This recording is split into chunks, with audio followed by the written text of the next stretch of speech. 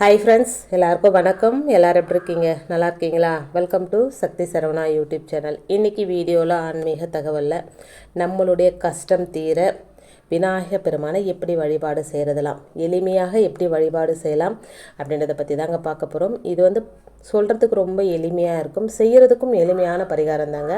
ஆனால் மிகவும் சக்தி வாய்ந்த பரிகாரம். ஒரு தரம் நீங்கள் ஒரே ஒரு வேண்டுதலை மனசில் நினச்சிட்டு இந்த பரிகாரத்தை செஞ்சு பாருங்கள்.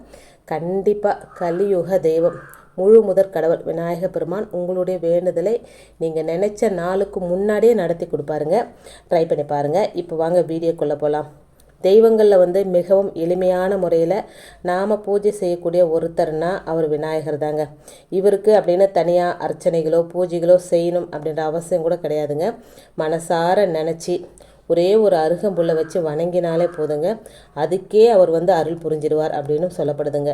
நம்முடைய கஷ்டங்கள், காரிய தடைகள், வேண்டுதல்கள் அனைத்தையும் சித்தி செய்து தரக்கூடிய சித்தி விநாயகரை பல வழிகளை எளிமையாக நாம் வழிபடலாம்.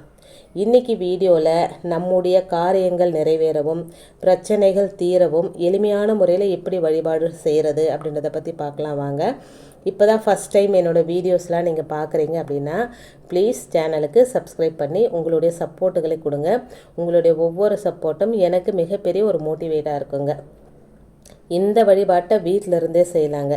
இந்த வழிபாட்டுக்கு நமக்கு தேவையான முக்கியமான ஒரே ஒரு பொருள் என்னென்னா அது அருகம்புல் தாங்க. இந்த அருகம்புல்லை நீங்களாக எடுக்கிறதா இருந்தால் சுத்தமான இடத்துலேருந்து எடுங்க. ஒருவேளை நீங்கள் கடையில் தான் இந்த அருகம்புல்லை வாங்க போகிறீங்க அப்படின்னா வாங்கிட்டு வந்த பிறகு அதை கொஞ்சம் மஞ்சள் கலந்த தண்ணீரில் சுத்தம் செஞ்சு எடுத்துக்கோங்க. இப்போது இந்த அருகம்புல்லை எடுக்கிறதுலேயும் ஒரு முறை இருக்குங்க. இதையும் நீங்கள் பார்த்துக்கணும். ஒரு அருகம்புல்லை 3 இலைகள் வருவது போல் இருக்கணுங்க. இது போல் நமக்கு 21 அருகம்புல் தேவைங்க. இது மட்டும்தான் கொஞ்சம் சிரமமான காரியம். நம்முடைய நீண்ட நாள் ஆசைகள், கனவுகள், பிரச்சனைகள் தீர கொஞ்சம் சிரமப்பட்டு இந்த ஒரு காரியத்தை மட்டும் செய்யுங்க. இந்த வழிபாட்டை காலை வேலையில் செய்கிறது ரொம்ப ரொம்ப சிறந்தது. ஏன்னா பிரம்ம முகூர்த்த டைமில் செய்கிறதுக்கு எந்த ஒரு தோஷமும் இல்லை அப்படின்னு சொல்லுவாங்க. நாம் நினைக்கிற காரியம் பிரம்ம முகூர்த்தத்தில் செய்யும்போது நாம் நினைக்கிறதுக்கு முன்னாடியே நடந்துடும் அப்படிங்கிறது ஒரு பிரபஞ்ச ரகசியம். இதை நிறைய பேர் பின்பற்றிட்டு வராங்க. வாழ்க்கையில் ஜெயிச்சவங்களை கேட்டால் அவங்க எல்லாருமே பிரம்ம முகூர்த்த நேரத்தில் எழுந்து வழிபாடு செய்கிறாங்களோ இல்லையோ அந்த பிரபஞ்சத்தோட தனக்கான ஒரு கனெக்டிவிட்டியை ஏற்படுத்திப்பாங்க. தியானம் பண்ணுவாங்க, யோகா பண்ணுவாங்க. அது அவ்வளோ ஒரு நல்ல ஒரு ஈர்ப்பு சக்தியை நமக்கு கொடுக்குங்க.